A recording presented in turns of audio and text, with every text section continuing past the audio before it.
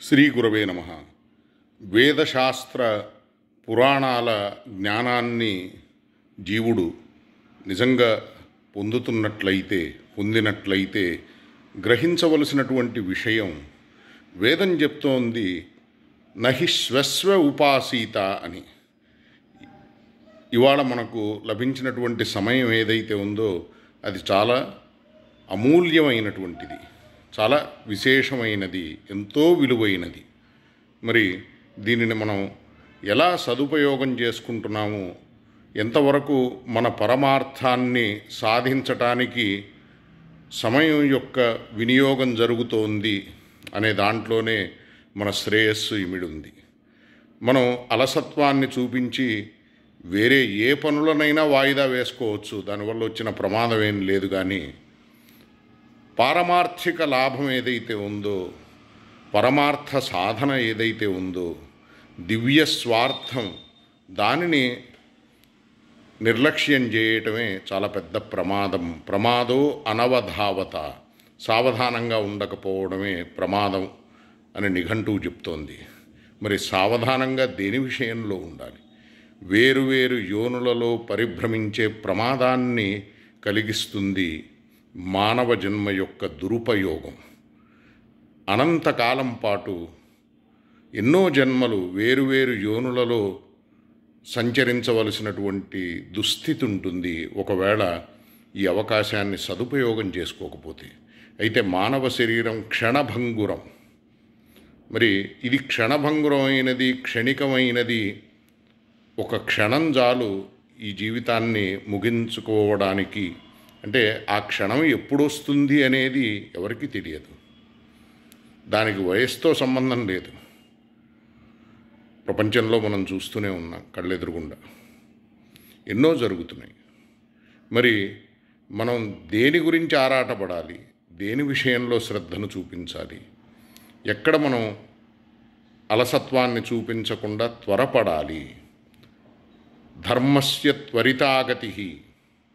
మరి భగవంతుణ్ణి ఆశ్రయించే విషయంలో, భాగవత ధర్మాన్ని అనుసరించే విషయంలో అస్సలు అలసత్వాన్ని చూపించకూడదు. తర్వాత చేద్దాం, తర్వాత చూద్దాం, ఇంకా చేయడానికి చూడటానికి ఎంతవరకు సాధ్యమవుతుందనేది కూడా తర్వాత క్షణం దొరుకుతుందో లేదో అనే అప్రమత్తత మనలో ఉండాలి. ఎందుకంటే మృత్యుర్వై ప్రాణినాం ధ్రువం, ధ్రువం జన్మ మృతస్య చ. మరి ఆ లోపలే మనం ఏదైతే శ్రేయస్సును పొందాలో దానికి సంబంధించి భగవత్ కృపను సదుపయోగం చేసుకొని సాధన విషయంలో త్వరను కలిగి ఉండాలి. సాధన అంటే భగవంతుడిని స్మరించడం. అట్లానే మరి భగవంతుడికి సంబంధించినటువంటి అవసరమైన జ్ఞానం. వేదాలలో, శాస్త్రాలలో, పురాణాలలో వేదం ఒక సముద్రం లాంటిది. ఎందుకంటే అనంతపారం గంభీరం దుర్విగాహ్యం సముద్రవత్ అంటున్నారు వ్యాస మహర్షి. మరి అట్లాంటి వేదరాశి నుండి మనం గ్రహించవలసినది ఏదైతే ఉందో మన స్వార్థానికి సంబంధించి, అంటే దివ్య స్వార్థానికి సంబంధించి, పారమార్థిక లాభానికి సంబంధించి దానిని మాత్రమే మనం గ్రహించాలి. ఎందుకంటే జీవుడు ఏదైతే ధర్మాన్ని ఆచరించాలో, ఏదైతే లాభాన్ని పొందాలో దానికి సంబంధించి గనక అవగాహన కలిగి ఉండకపోతే తన స్వరూపాన్ని తాను తెలుసుకోకుండా తనను, తన లక్ష్యాన్ని, తన ప్రయోజనాన్ని, తన లాభాన్ని నిర్లక్ష్యం చేసి తనను తాను మోసం చేసుకున్నట్లవుతుంది. అందుకని మన స్వరూపం ఏంటో మనకు తెలియాలి. మనకు ఎవరితో సంబంధమో నిత్య సంబంధం, శాశ్వతమైన సంబంధం, విడదీయలేని సంబంధం, అది ఎవరితో కూడా తెలియాలి. అట్లానే మనం ఏ ప్రయోజనాన్ని ఉద్దేశించి కోరుకొని ఇక్కడ మన ప్రయాణాన్ని సాగిస్తున్నామో, అనాది కాలంగా అనంతకోటి జన్మలుగా మనం ఏ లక్ష్యాన్ని ఉద్దేశించి దేన్ని పొందడం కోసం ప్రయత్నిస్తున్నామో ఆ అవగాహన కూడా అవసరం. ఎందుకంటే దానికి ఇప్పుడు మనకి ఏది ప్రయోజనమో తెలిస్తే, ప్రయోజనం ఏదో తెలియాలంటే మన స్వరూపం తెలియాలి, మనకెవరితో సంబంధమో తెలియాలి. మనం దేనిని ప్రయోజనంగా భావించాలో, ఏది శాశ్వతమైన ప్రయోజనమో దాని గురించి అవగాహన ఉండాలి. అట్లానే ఆ శాశ్వతమైన ప్రయోజనాన్ని సిద్ధింపజేసే ఉపాయం విషయంలో కూడా మనం ఒక అవగాహనతో ఉండాలి. మరి ఆ ఉపాయాన్ని ఆశ్రయిస్తేనే కదా ఆ ప్రయోజనాన్ని మనం సిద్ధింపజేసుకోగలిగేది. మరి ఇలాంటి దేవదుర్లభమైనటువంటి మానవ శరీరాన్ని పొంది దేవతలు కూడా అపేక్షించేటువంటిది, దేవతలకు కూడా దుర్లభమైనటువంటిది, కర్మ ప్రధానమైనటువంటి యోని, ఇతరమైన యోనులన్నీ 84 లక్షల జీవరాశులన్నీ ఆ వెరైటీస్ ఏవైతే ఉన్నాయో అవన్నీ కూడా భోగయోనులే. ఒక్క మానవ శరీరమే కర్మ ప్రధానమైనటువంటి శరీరం, దేవదుర్లభమైనది, దేవతలు కూడా సదా ప్రార్థించేది. ఈ మానవ శరీరం మాకెప్పుడు దొరుకుతుంది, ఎప్పుడు ఇలాంటి సౌభాగ్యం కలుగుతుంది అని. సురైరపి వాంఛితం మనుజదేహమిమం భువి దుర్లభం. మరి జన్మాంతర సహస్రైస్తు మానుష్యం హి దుర్లభం. ఎన్నో జన్మల తర్వాత, లక్షల కోట్ల జన్మల తర్వాత ఎప్పుడో ఒకసారి మానవ శరీరం దొరుకుతుంది. అయితే అనాది కాలంగా అనంతకోటి జన్మలలో మనం ఎన్నోసార్లు స్వర్గానికి కూడా వెళ్ళొచ్చాం. ఇంద్ర పదవిని పొందిన జీవులు కూడా చాలామంది ఉన్నారు మనలోనే, లెక్కలేనన్ని సార్లు. ఇవాళ మనకు కనపడుతున్నటువంటి క్రిమికీటకాదులు, మరి వేరువేరు యోనులలో పరిభ్రమిస్తున్న జీవులలో కూడా చాలా ఉత్కృష్టమైనటువంటి స్థితిని పొంది మాయాక్షేత్రంలో, మాయాలోకంలో తిరిగి మళ్ళా ఆ బ్రహ్మభువనాల్లోకాహ పునరావర్తినోర్జున మాముపేత్యతు కౌంతేయ పునర్జన్మన విద్యతే. మరి ఆయన్ని ఉపాసించకపోవడం వలన, భగవంతుణ్ణి ఆయన్ని ఆశ్రయించకపోవడం వలన మళ్ళా తిరిగి హీనతరం వావిశంతి అని ఉపనిషత్తు చెప్పినట్లు కిందకు వచ్చేస్తున్నారు. ఎందుకంటే తేతం భుక్త్వా స్వర్గలోకం విశాలం క్షీణే పుణ్యే మర్త్యలోకం విశంతి. ఈ భూలోకానికి, మర్త్యలోకానికి, మృత్యులోకానికి రావడం అంటే కేవలం మానవ జన్మ ఎప్పుడో దొరుకుతుంది. ఎందుకంటే మానుష్యం పుణ్య సంచయాత్ అని వేరువేరు యోనుల్లోనే మనం ఎన్నోసార్లు పరిభ్రమించి ప్రయాణాన్ని సాగించి ఎన్నో దుస్థితులను పొంది నరక యాతనలను అనుభవించి ఎంతో అరుదుగా భగవత్కృప, సామాన్యమైనది కాదు, విశేషమైన భగవత్కృపతో, అకారణమైనటువంటి కరుణతో భగవంతుడు మానవ శరీరాన్ని ఇచ్చాడు. మరి బిను కారణ్ హేత్ సనేహి అంటే దేతు సనేహి, ఎలాంటి కారణము లేకుండా అకారణమైనటువంటి కృపతో భగవంతుడు ఈ మానవ శరీరాన్ని ఇచ్చాడు. మరి ఈ జన్మను సదుపయోగం చేసుకొని సాధన విషయంలో శ్రద్ధను కలిగి ఉండటమే జన్మ ప్రయోజనం. మరి దానిని నిర్లక్ష్యం చేయకుండా జాగ్రత్త పడుతూ సాధనకు ప్రాధాన్యాన్నిచ్చి హృదయ శుద్ధికి సంబంధించి శ్రద్ధను చూపిస్తూ మనం మన జీవితానికి సంబంధించి మన పనులను మనం చూసుకోవచ్చు. ప్రారబ్ధాన్ని అనుసరించి ఏర్పడేవే అవన్నీ కూడా, శరీరం కానీ, శరీరానికి కలిగే అనుభవాలు కానీ, ఈ సంబంధాలు కానీ, ఇవన్నీ కూడా ప్రారబ్ధాన్ని అనుసరించి ఏర్పడినవి. అయితే ప్రారబ్ధం అనుభవంతో పోతుంది, అది భగవత్ కృపతో ఆయన లిఖించింది.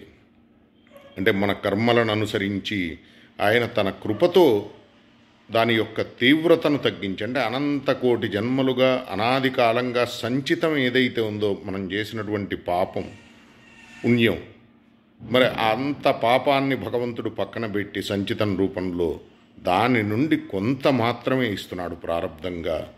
మన పని సంచితాన్ని భస్మం చేసుకోవటం, ప్రారబ్ధాన్ని సంతోషంగా అనుభవించటం, భగవత్ ప్రాప్తికి ఎలాంటి ఇబ్బంది లేకుండా ఆ లక్ష్యాన్ని సిద్ధింపజేసుకోవడం. అంతేగాని భౌతికమైనటువంటి కోరికలు, సుఖాలు, వీటికి కొన్ని కోట్ల రెట్లు మనం గడచిన జన్మలలో ఎన్నోసార్లు అనుభవించాం. కానీ అది మన సుఖమే కాదు అని మనం ఆనందాన్ని అన్వేషిస్తున్నాము, కానీ దానిని సుఖంగా స్వీకరించలేదు, స్వీకరించబోం. ఎందుకంటే జీవుడు కోరుకునే ఆనందం దివ్యమైనది. ఏదో లభిస్తే సుఖం కలుగుతుంది అనే అపోహ, భ్రమ మనం పెంచుకుంటూ పోతాం తప్ప వాస్తవంగా భౌతికమైన సుఖం మన సుఖం ఎలా అవుతుంది? యో వై భూమా తత్సుఖం నాల్పే సుఖమస్తి భూమాత్వేవ విజిజ్ఞాసితవ్య అని చెప్తోంది వేదం. అల్పమైనది సుఖమే కాదు, పైగా ఈ సుఖం అనంతకాలం పాటు అనంత జన్మలు దుఃఖాన్ని అనుభవించడానికి ఏర్పాటవుతుంది. ఇదే సుఖమని భ్రమిస్తే దుఃఖాన్ని కలిగించేది సుఖం ఎందుకు అవుతుంది? మన యథార్థమైనటువంటి స్వరూపాన్ని మరుగున పడేసి మన సుఖాన్ని కూడా మనం తెలుసుకోకుండా, దానికోసం ప్రయత్నించకుండా మనలో మోహాన్ని, అజ్ఞానాన్ని, అవిద్యను వీటిని బలపరిచేది అది సుఖం ఎలా అవుతుంది? అట్లానే మన అంతఃశత్రువులను బలపరుస్తూ మనల్ని ఇబ్బంది పెట్టే మనస్సు మనకు హితాన్ని చేసేది కాకుండా మరి దాన్ని మన మనస్సు అనుకొని మనం మురిసిపోతే సరిపోదు కదా. అందుకని మనస్సును భగవంతుడికి అభిముఖం చేయాలి. అంతఃశత్రువుల బారిన పడకుండా జాగ్రత్త పడాలి. హృదయ శుద్ధి నిమిత్తం సాధన చేయాలి. అంతఃకరణ శుద్ధి మన లక్ష్యం, మన ప్రయత్నంతో ముడిపడి ఉంది. మానవ జన్మను కాపాడుకోవాలి అంటే మానవ జన్మ తర్వాత భగవత్ సాక్షాత్కారం అనేది మానవ జన్మలో సిద్ధింపజేసుకుంటే అది శ్రేష్టమైనటువంటిది, భగవద్భక్తిని సిద్ధింపజేసుకోవడం. అయితే కనీసం దానికి అనుకూలంగా మళ్ళా సాధన చేసుకోవడానికి వీలుగా మానవ జన్మ దొరకాలన్నా కూడా అదంత సులభమైనటువంటి విషయం కాదు. సాధన విషయంలో మనం శ్రద్ధను కలిగి ఉంటేనే మళ్ళా మానవ జన్మ దొరికే అవకాశం ఉంటుంది. లేకపోతే దేవతలకు కూడా దుర్లభమైన జన్మ ఎలా అవుతుంది? 84 లక్షల యోనులలో విశిష్టమైనటువంటి జన్మగా ఎలా పేర్కొనబడుతుంది? అందుకని చెప్పి ఇంత గొప్ప అవకాశాన్ని పొందినటువంటి మనం ఈ జన్మ యొక్క విశిష్టతను సదా గుర్తుంచుకోవాలి. అట్లానే మృత్యు విషయంలో కూడా అప్రమత్తంగా ఉండాలి. వయస్సుతో సంబంధం లేదు. మనం చేయవలసిన పని చేయాలి, మనం తీసుకోవలసిన జాగ్రత్తలు తీసుకోవాలి. ఏదో భవిష్యత్తు గురించి ఆలోచించి ఎప్పుడు ఏమవుతుందో అప్పటికి మనం ఏం చేసుకోవాలో ఏం చేయాలో ఈ ఆలోచనలతో ఇప్పుడు ఏం చేయాలో మర్చిపోతే ప్రమాదం. ముఖ్యంగా వెంటనే చేయవలసిన పని భగవంతుణ్ణి స్మరించడం. మిగిలినవన్నీ చిన్న పనులే, చాలా ప్రముఖమైన పనులు కావు. వాటిని చేసుకుంటే చేసుకోవచ్చు శరీరంతో, కానీ మనస్సుతో స్మరించవలసింది భగవంతుణ్ణి, మనస్సును దగ్గర చేయవలసింది భగవంతుడికి. అట్లానే మనస్సులో నింపుకోవలసింది భగవంతుణ్ణి, సంసారాన్ని కాదు. సముద్రంలో పడవ మునగాలంటే సముద్రంలోని నీరు పడవలోకి రావాలి. పడవలోకి నీళ్ళు వస్తే పడవ మునిగిపోతుంది. సంసారానికి సంబంధించిన ఆలోచనలే మన జన్మ యొక్క విలువను పాడు చేసేవి, ముంచేవి, సంసార బంధాన్ని కలిగించేవి. కాబట్టి బయట సంసారం ప్రమాదకరమైంది కాదు, లోపల సంసారం ప్రమాదకరమైంది. మనస్సు లోపల మనం నింపుకునేది, మనం ఆలోచించేది, మనం ఆరాటపడేది, మనం తపించేది, ఇది మన సాధనను ఇబ్బంది పెట్టేది, మన జన్మ ప్రయోజనాన్ని చెడగొట్టేది. కాబట్టి బాహ్యంగా సంసారం ఉండటం సమస్య కాదు. చరిత్రలో 99% మంది మహాపురుషులు గృహస్థులు. కాబట్టి ఎంతోమంది గృహకృత్యాలు చేస్తున్నప్పటికీ, వాటి బాధ్యతలను నిర్వర్తిస్తున్నప్పటికీ మేము వేరు, శరీరం వేరు. గృహం శరీరం మానుష్యం. జీవుడు వేరు, శరీరం వేరు. గృహం వేరు, గృహంలో ఉన్న వ్యక్తి వేరు కదా. తానే గృహం ఎలా అవుతాడు? జీవుడే శరీరం ఎలా అవుతాడు? అందుకనే నా శరీరం అంటున్నాం కదా, నా బుద్ధి, నా మనస్సు. అంటే మనస్సు వేరు, నేను వేరు. శరీరం వేరు, నేను వేరు. బుద్ధి వేరు, నేను వేరు. ఆ నేను అనేవాడు జీవుడు. ఆ జీవుడు దివ్యమైన వాడు, భగవదంశ. అందువలన భగవత్ సంబంధమైన ఆనందం తప్ప తదితరమైనది, అది స్వర్గాది భోగాలు కావచ్చు, మాయాక్షేత్రానికి సంబంధించి ఇక్కడ గొప్ప గొప్ప సంపన్నులకుండే భోగాలకు కొన్ని కోట్ల రెట్ల భోగాలు స్వర్గాది లోకాలలో ఉంటాయి. కానీ వాటితో కూడా, అవి కూడా మనం అనేక జన్మలలో ఎన్నోసార్లు అనుభవించాం. కానీ అవి మన సుఖం కానే కాదు.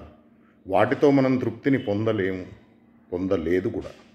అందుకని చెప్పి మనం భగవంతుడిని అన్వేషిస్తున్నాం. భగవద్ దర్శనం అయ్యేదాకా, భగవంతుడికి దగ్గరయ్యేదాకా, భగవద్భక్తిని సిద్ధింపజేసుకునేదాకా మన ప్రయాణం కొనసాగుతూనే ఉంటుంది. మరి ఆనందాన్వేషణలో భాగంగా మనం దుస్థితిని పొందకుండా జాగ్రత్త పడాలి అంటే మన స్వరూపాన్ని తెలుసుకోవాలి. ఏ జ్ఞానం మన సాధనకు ఉపకరిస్తుందో సత్పురుషుల ద్వారా మనం తెలుసుకున్నామో భగవత్ ప్రాప్తికి అనుకూలమైనది వేదశాస్త్ర పురాణాల సారభూతమైనటువంటి విషయాన్ని దాన్ని మాత్రం మనం ఆచరణలో పెట్టుకొని అంటే భాగవత ధర్మాన్ని భగవంతుడికి అభిముఖులమై భగవంతుణ్ణి లక్ష్యం చేసుకోవాలి. హరయే నమః, గురవే నమః.